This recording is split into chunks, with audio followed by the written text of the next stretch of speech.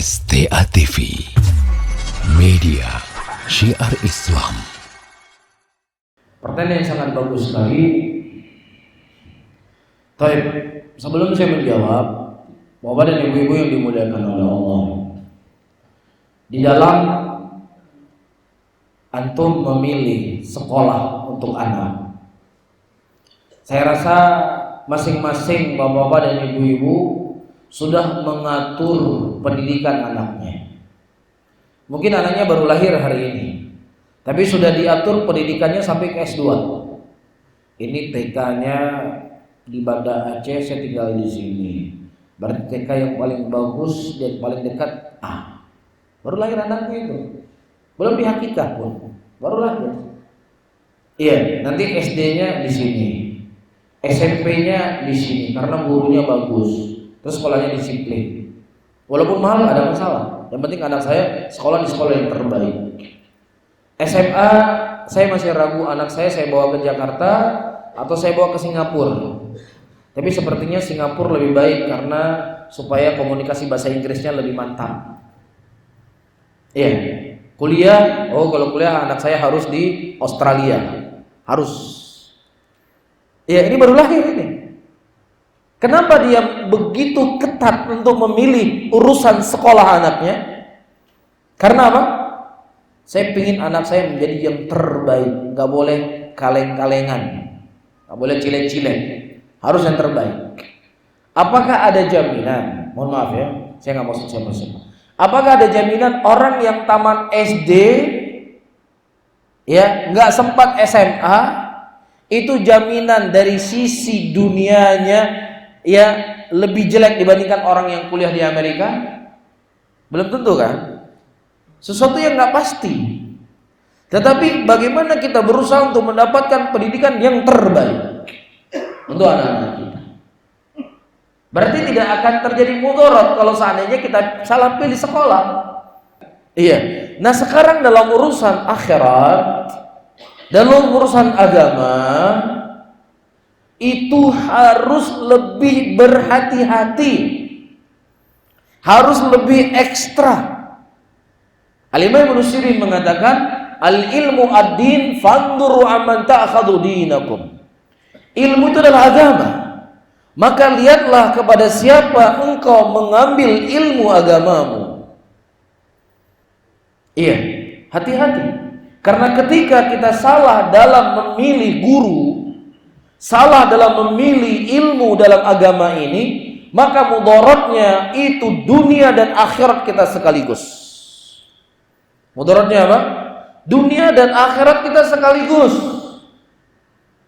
Ya? Karena kalau seandainya disebutkan ambil yang baik-baiknya, tinggalkan yang jelek-jeleknya. Ya pokoknya ikut pengajian mana saja, tapi ambil baik-baiknya, tinggalkan yang jelek-jeleknya. Sepakat nggak kira-kira? Boleh kita mengambil yang baik-baiknya dan tinggalkan yang jelek-jeleknya kalau kita sudah sampai tingkat profesor, doktor, profesor, bukan ustadz loh ya. Ya, bukan ustadz, profesor. Yang dia sudah mengerti mana yang baik dan mana yang jelek, bisa dia pahami. Oh ini jelek, oh ini baik. Tapi kita yang baru belajar, saya yang baru belajar, ya belum bisa menilai mana yang baik dan mana yang jelek. Karena kalau saya sudah mengetahui mana yang baik dan mana yang jelek, berarti saya pemberi materi. Saya bisa jadi rektor kalau tahu mana yang baik, mana yang jelek. Paham ya? Bisa saja sesuatu yang menurut kita itu baik padahal itu jelek dalam agama. Bisa saja menurut kita itu jelek padahal baik dalam agama. Karena perkara agama itu sudah jelas mana yang baik, mana yang jelek. Dan terkadang perasaan kita itu akan mengikuti dengan kondisi dan keadaan kita. Saya kasih contoh dan contoh ini sering saya contohkan. Ada seorang pemuda, ya, sudah 10 kali gagal ta'aruf untuk menikahi seorang wanita. Terkadang bapaknya mau, ibunya nggak mau. Terkadang bapaknya mau, ibunya mau, ya, anaknya juga mau, tapi waktunya tunggu 3 tahun lagi. Ada kadang mau semuanya sudah mau, tapi maharnya kurang. 10 kali proses gagal. Galau nggak kira-kira? Galau nggak? Nggak galau? Biasa? Hah? Mungkin sudahlah. Mulai sekarang udah. Kan begitu, galau nggak? 10 kali. Tiba-tiba ikut pengajian. Pergi ke masjid, berwudu. Ikut pengajian. Ya, dalam pengajian disampaikan bagaimana cantiknya bidadari. Bidadari surga. Cantik-cantiknya wanita dunia. Nggak mandi 3 hari, bau ketiaknya. Ya, cantik-cantiknya wanita dunia. Baru dikawinin 2 tahun, apalagi punya anak 1, itu sudah nggak perlu di bantal guling kita, badannya sudah besar. Wanita dunia. Apa yang kita mau cari dari wanita dunia? Ini bidadari di surga. Selendang bidadari di surga kalau seandainya jatuh ke dunia ini akan redup dunia ini karena tidak mampu untuk menahan indahnya selendang bidadari di surga. Bagaimana lagi kalau bidadari menampakkan wajahnya di dunia ini? Tidak mampu dunia ini menahan cantiknya bidadari tersebut. Ngeri nggak dengarnya? Hah? Masya Allah. Ini solusi buat saya ini. Ini paling baik. Apa solusinya? Mau cepat dapat bidadari? Mau segera menikah dengan bidadari? Capek hidup di dunia. Kebetulan mungkin ustadznya juga ngomong, iya melamar sana ditolak, melamar sini ditolak. Ini saya betul ini. Apa yang diceritakan saya persis ini. Ya, seru ini, seru. Ya, apa kerjanya? Itu togut yang ada di sana. Ya, kita basmi supaya lebih cepat dapat bidadari tanpa mahar. Paling mati sakit cuma detik saja sakit. Buang bom bunuh diri. Banyak nggak bapak dan ibu-ibu? Banyak nggak? Wah ini bagus ini, bagus. Pak daftar pak. Akhirnya apa? Menjadi mudarat. Mudarat dunia dan akhiratnya mudarat.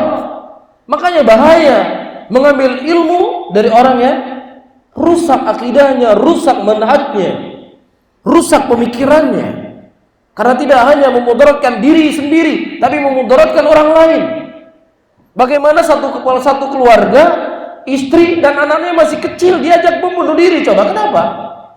Karena diiming-iming bidadari, diiming surga. Anaknya sendiri dia tega, dia bom bunuh diri. Ini kan semua karena apa?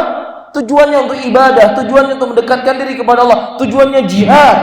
Salah jalan, bahaya. Makanya kita ingatkan, bukan berarti kita menganggap kita yang benar, tidak. Kita mengatakan belajarlah ilmu kepada orang yang mereka mengajarkan Al-Quran, mengajarkan Sunnah di atas pemahaman para sahabat Nabi Sallallahu Alaihi Wasallam. Hati-hati dari orang-orang yang menyimpang, hati-hati, karena dorornya lebih besar. Jelas di sini. Jadi betul-betul kita harus hati-hati, introspeksi betul-betul ketatlah, ketat. Ya, kita harus selidiki siapa gurunya, di mana dia belajar, ya, di mana dia mengambil ilmunya, ya, bagaimana ini harus kita selidiki. Beli HP 5 juta saja harus telepon sana telepon sini. Masa belajar agama main cilet-cilet ngambil di mana bisa kita ambil? Tidak bisa. Agama ini sesuatu yang mulia karena ini akan mengantarkan kita ke dalam surganya Allah. Mudah-mudahan Allah memberikan taufik dan hidayah kepada kita dan memberikan kepada kita jalan yang benar, ya jalannya Rasulullah sallallahu alaihi wasallam sampai kita bertemu dengan Allah. Amin ya rabbal alamin. Mungkin ini bisa saya sampaikan. Saya akhiri, Allahumma shalli ala Muhammadin wa ala alihi wa ashabihi wa man tabi'ahum bi ihsan ila yaumiddin. Wassalamualaikum warahmatullahi wabarakatuh.